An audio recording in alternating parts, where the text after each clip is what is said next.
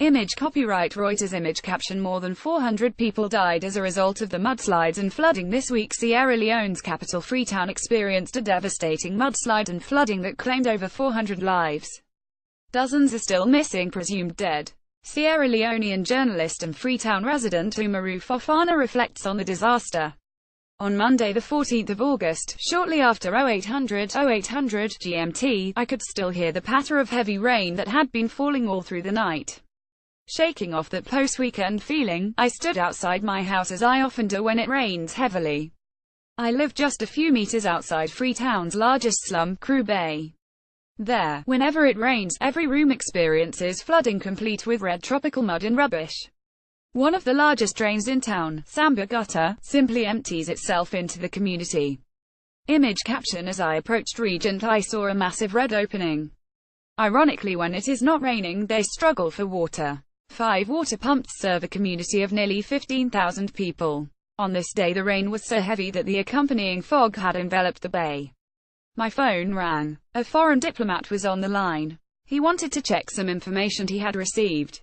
Has there been a mudslide or flooding around Regent? He asked. I smiled wryly, not in disbelief but because I was not surprised. It happens almost every year, I retorted. But I hear this one is very serious, he insisted. I promised I would find out and get back to him.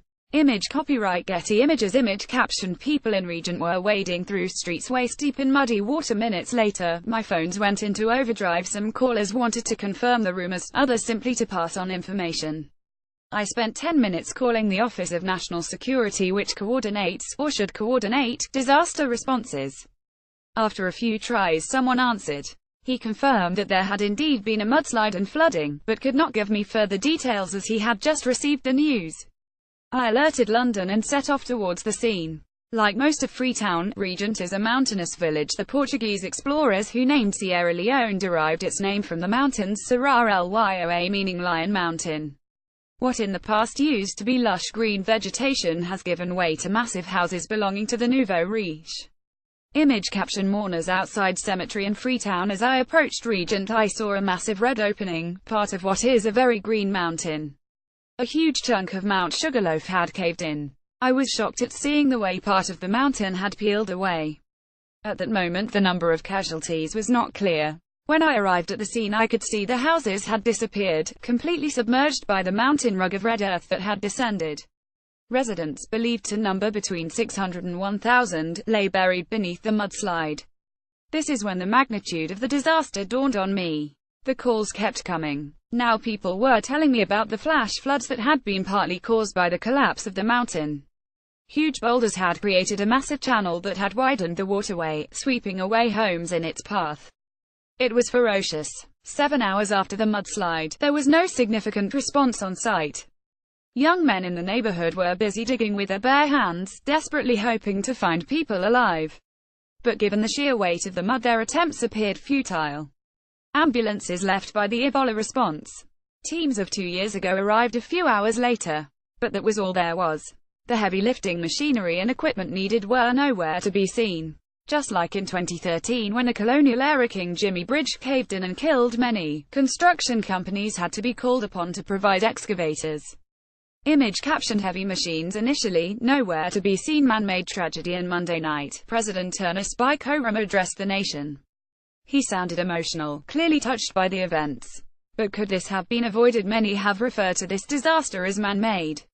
Most of Freetown's forest cover, which used to capture the rainfall, has been tampered with. The construction of houses is poorly regulated, and town planning is virtually non-existent. The system of buying land is chaotic and often fraudulent. This was clearly a disaster waiting to happen, which is why many were surprised that no one has been held accountable. If you hurt the environment will definitely fight back. It is that simple. Sierra Leone has had more than its fair share of challenges in recent times. From a civil war that killed and maimed thousands, to an Ebola outbreak that debilitated the nation, making fear the order of the day. And just when we thought we could move on, this happened. Ebola obviously wreaked havoc on my country. So did the war. During the orgy of killings by the rebels that reached its crescendo on the 6th of January 1991, corpses were strewn on the streets of Freetown. The central mortuary was overwhelmed. But nothing comes anywhere close in comparison to this week. Almost 400 corpses were spread on the floor, estimated Dr. Owezko Roma, the country's sole pathologist. Media playback is unsupported on your device. Media caption. The BBC's Umaru Fofana describes corpses piled up at Freetown's central mortuary. To me as a journalist, in a country with huge mineral resources and wonderful people, I have not seen the positive side of that mineral wealth or its impact on the poor. Whenever I travel abroad, the questions I am asked revolve around the mayhem that my country has come to be associated with. I keep going because I feel I need to be an uncompromising voice that sides with the people, and gives them a platform to hold the leaders accountable. But the impact of this disaster on me has been massive. I will never forget the scenes both inside and outside the central mortuary on that day. Inside, hundreds of bodies lay on the bare floor, decomposing. Outside, dozens of family members waiting to go in and identify the loved ones. Image caption. Dozens still to be buried. The outpouring of emotions by these bewildered, distraught relatives was heart-wrenching. Alpha wept uncontrollably and could not even talk. He had lost his mother. A middle-aged wailed inconsolably. She kept calling out to Adama to come back and sang in lament, questioning God, asking why he had taken Adama away. Image caption. Questions asked about the loss of so many dozens of people still lie under the mud. A man who was going to get married in 4 days' time was among the dead. So were 6 kids who went to study at the home of the star pupil in their class. A senior Sierra Leonean military officer who had just returned home from a UN peacekeeping assignment also perished. What is more, the rainy season has not even reached its peak. Every year we get to see floods destroying lives and property. But it is always the same attitude from the leaders. They seem to prefer putting out fires instead of preventing them. Media playback is unsupported on your device. Media caption. Kelvin Kamara says he helped rescue neighbors from Freetown flooding.